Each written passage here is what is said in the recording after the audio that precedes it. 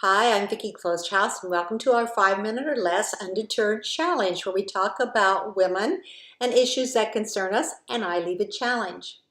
Now, if you ask your friend if men and women are similar or different, what would your friend say?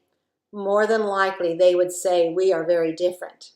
Well, in fact, there are many ways that men and women are similar, but our differences do seem to be pronounced.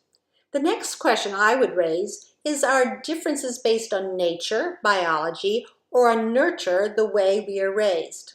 Well, I would argue both. So in the upcoming post, you're going to hear me generalize about differences between men and women. Now, when I say generalization, I'm saying in general, there seems to be differences between males and females. This does not mean that all females are alike, nor does it mean that all males are alike. But in general, there are ways we are different. One of the ways that we are different is that females tend to use language different than males. As young girls, we learn language faster than boys, and we tend to be better at verbal skills, grammar, and spelling. As young girls, we also tend to use more words per day than boys do, but eventually the boys do catch up. Perhaps this is what's led to the myth that women use a lot more words per day than men do. Current research is debunking this myth. Women tend to use more words when participating in casual conversations or talking about relationships. We use the topic of relationships to connect with other women. We talk about raising children, what it's like to have aging parents, what it's like to be a woman at the workplace, etc.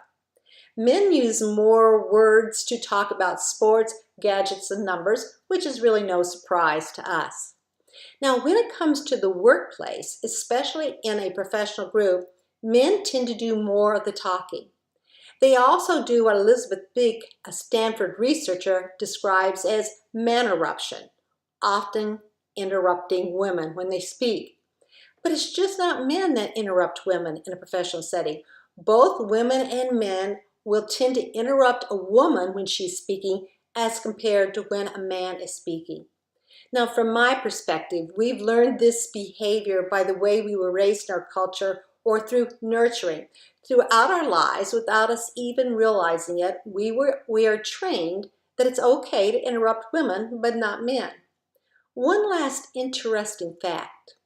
When male executives talked more, their peers viewed them to be more competent.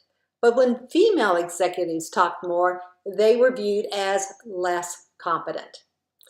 Well, as more women enter the workplace, and not only the workplace, but out in the community, I want to say to them, go out there and let your voice be heard and don't hesitate to speak.